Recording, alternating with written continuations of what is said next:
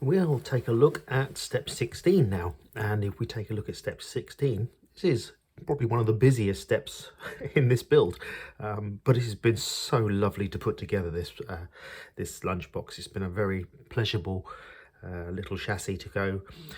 So yeah, we're going to need some BS1s, which are these metal spring mounts. We need 2 of those.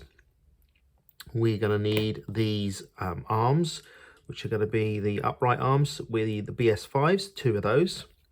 We're going to need some BA3s, which are 3 by 15mm screws. They're the machine head ones. We're going to need some BB2s, which are the 3 by 12mm.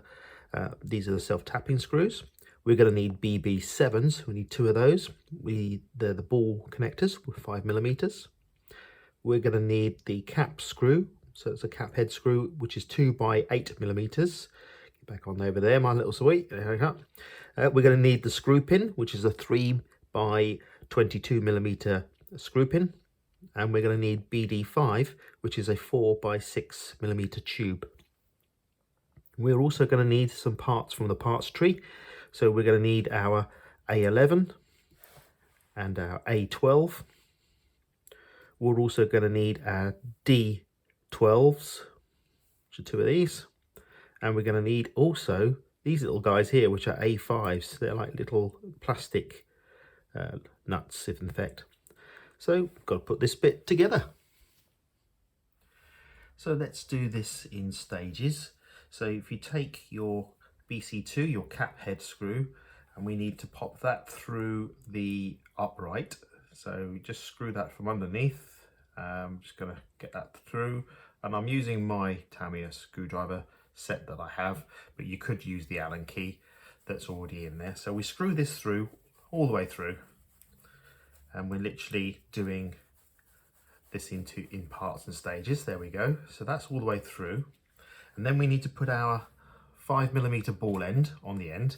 As it's a metal to metal, I'm just going to put a little dab of dab of thread lock on there. I don't want a lot, just enough. There we go.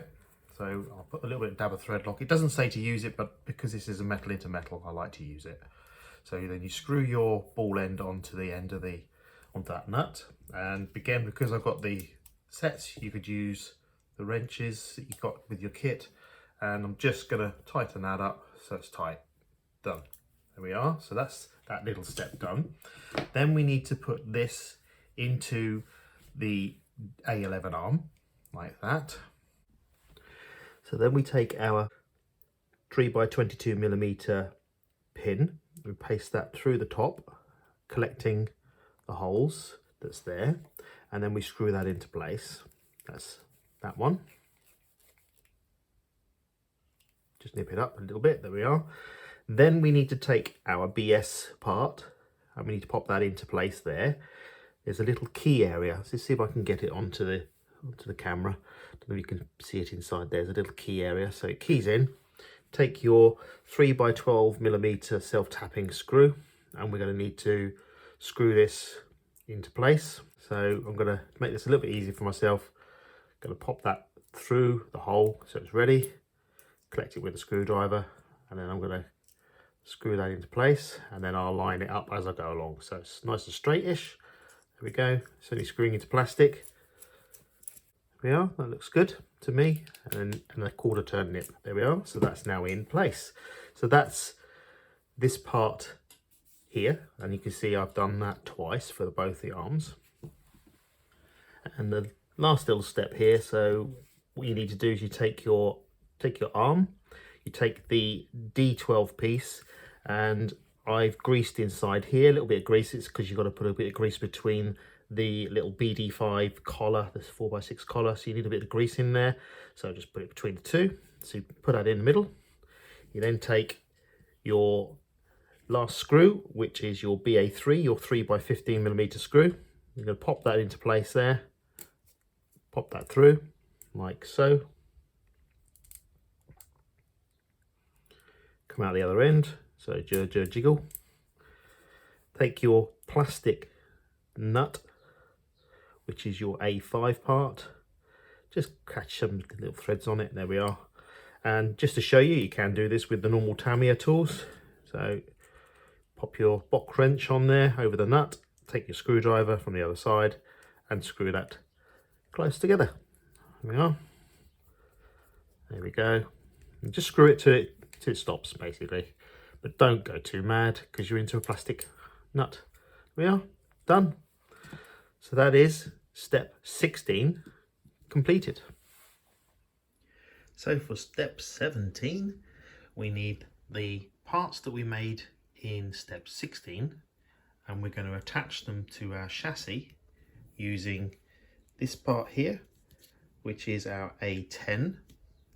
We're going to use our bumper, and we're going to attach those using the BB2s, which are the 3x12mm screws, and some of these washers which go on the bumper area here.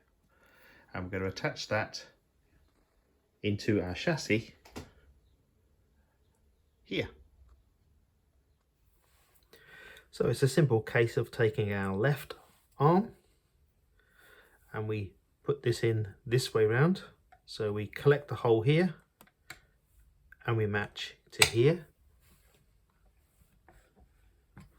And the same again with our right arm. We take our right arm, we connect it in here and we match it here. Then we take the A10 part, place it over the top, and we screw that into place with the BB2s, which are the 3x12mm self-tapping screws. There we are. It's quite easy going, like so. That's this one tight. That's this one tight. And that's this one tight. And you don't want to go too mad. You just want to make these so that they are literally tight. And that's it. Won't go nowhere. Right. And then we attach the bumper. So again, up the right way around. And screw those down tight as well. And you'll notice I just put them in a couple of threads at a time just to get them in place. You'll see that. That's how I do it. That way I make sure I can line everything up while it's still loose. Yeah.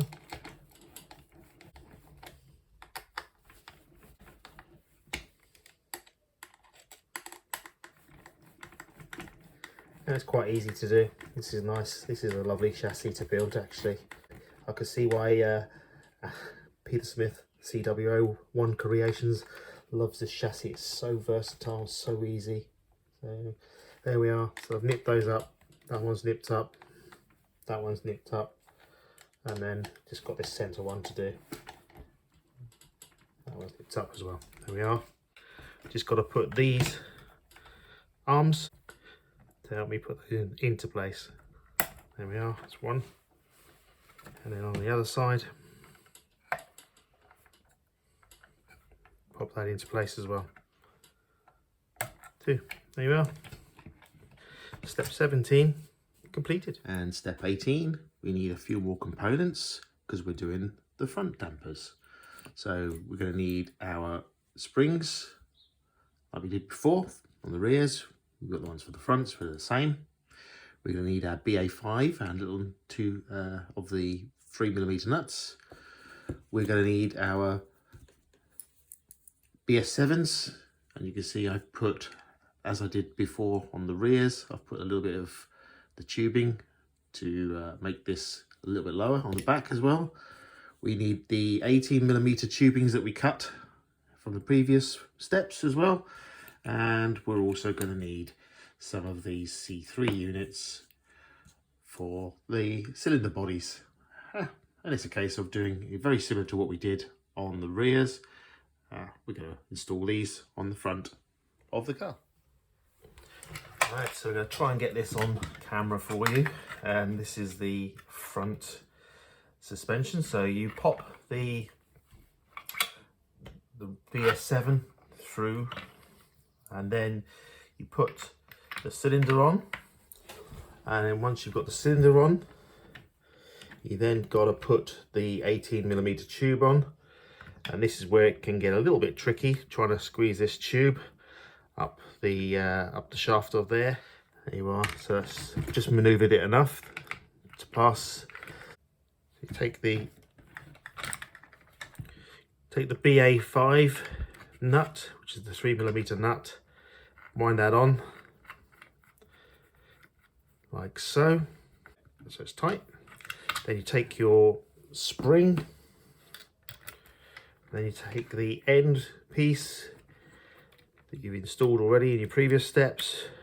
You take that, and the rod's got to catch the hole, catch a couple of threads in there like that, and then screw that all the way home. It's quite tight. Well, there you have your suspension. Done. Right, we are now on step 20. And step 20 is wheels and tyres. Another sniff. Oh yeah, these are really sweet smelling. Like those. Right, so back to work. We got to make sure that we get the rotation of the tyre in the right direction here. So you can see here it talks about having the chevrons in a right way, and you need the front and rear ones to be rotating in the right area. So yes, if you've got a left, you'll need on this way round, and if you've got a right tyre, you'll need it that way round. And it's just making sure that you do get them the right way around on the model. So you've got 2 wheels for the rough fronts, because you have the these ones here, which are the fronts, which you can notice where the bearings will go in, and then you'll have 2 wheels for the rear. So that's the rear, see, and then you notice that they're slightly different. So yeah, case of putting tyre on each one and making sure they're in the right direction according to what the diagram says. So putting the tyre onto the wheel is quite straightforward. Just pop this in through here. You take your wheel, pop that through, and then pop that over the top there. It's quite nice and easy with these nice soft tyres. As you can see, that's the rim over the front, and then onto the reverse side of it, pop that over there and giving it a good tug, and it gets stretched over, and you make sure it sits in the lip that's inside there. There we are. So now you have the right hand and the left hand, so that when you put them on the car, you're going to have them on the right hand and the left hand, and these go in the same direction. It doesn't say in the manual anything about gluing these, but I'm going to follow the advice from the guru of CW01 Creations, my friend Mr. Peter Smith. He tells me glue these, so I'm going to pop these back like this, and I'm going to run some super glue down in there and glue these onto the rims. So there we are, my nice silver wheels, all ready and awaiting. Just going to need to quickly super glue those, and we can put them onto the chassis.